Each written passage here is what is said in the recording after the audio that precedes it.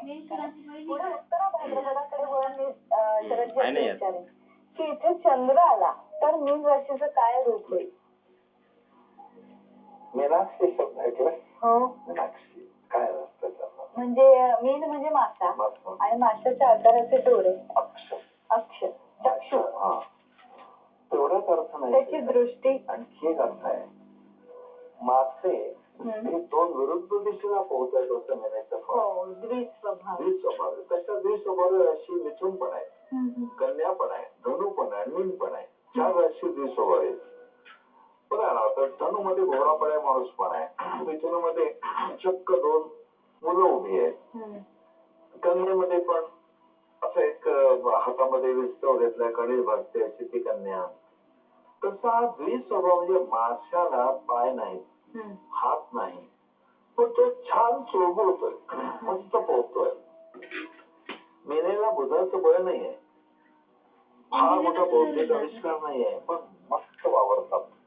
हा उत्तर भाद्रपदाला कसा लागू पडतो? मीन राशीच्या उत्तर भाद्रपदा नक्षत्रात चंद्र असलेल्या स्त्रीचे डोळे मीनाक्षी असलेच पाहिजे. जर वाईट योग नसतील तर, शनी राहूने जर बिघडवलं तर नाही, पण काळेमोळ डोळे असे इकडे तिकडे मस्त राहणारे, डोळे मोडणं प्रकारे झाले असते बायकाच्या बाबतीत. माझा नवरा डोळे मोडत मोडत माझ्याकडे बघू लागला असताना बायकाकडे, पण डोळे मोडण्याचा प्रकार बायका करतात. उत्तर भाद्रपदा नक्षत्राला डोळ्याचं सौंदर्य आहे. स्वतंत्र चक्र जर वर्णन केलं किंवा त्यात चंद्र पाहिजे, म्हणजे एक तऱ्हेची भावना विवशता असलेला ग्रह धार्मिक राशीमध्ये छान पैकी तुम्हाला बघून वाही देतं मैत्रीची, हे त्याचं पहिलं फळ. पण नुसता चंद्र नाही, हा पण शुक्र पण बुध नाही का, बुध निश्चित आहे. शुक्र नेपच्यून चंद्र हे मीनाक्षी बनवते. आता ते विरुद्ध बाजूला का पोहोचतात त्याचं एकच कारण असं आहे, टोकाचे विरुद्ध स्वभाव त्यांच्यामध्ये असू शकतो. मीनेच्या लोकांबद्दल शास्त्रकारांना कदाचित असं सुचवायचंय, एक स्वभाव त्यांचा खूप सरळ पापगुरु वगैरे असतो. दुसरा स्वभाव कसा आहे, तर मीन स्त्री राशी आहे, त्यात जल राशी आहे. कर्क राशी पण स्त्री राशी जल राशी आहे, तर तिचा मालक चंद्र आहे, लाड करतो. मीनेचा मालक गुरु आहे. अशी एका कर्मठ ब्राह्मणाची रसिक पत्नी येते, तिला खूप छान बरोबर एन्जॉय करायचं लाईफ. मला आज 3 रघु उतरायचे, संध्याकाळी सत्यनारायणाची पूजा आहे, तुझा फिरायला मैत्रिणी अशी परवड होते त्याला. पण ती जलराशी स्त्री राशी औशी आहे, कर्केचा चंद्र कसे लाड पुरवतो आणि त्यांचं राहणं मग सगळं ते वेगळंच असतं ना त्या लोकांचं.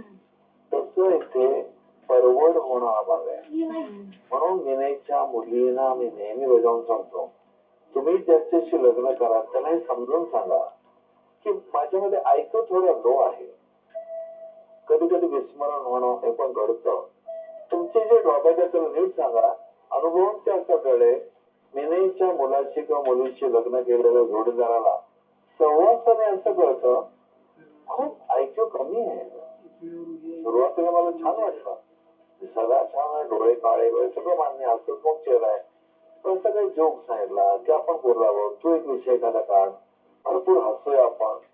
सहवास सौख्य नाही, इतके बारकावे लक्षात येतात जर तुम्ही नीट अभ्यास केला.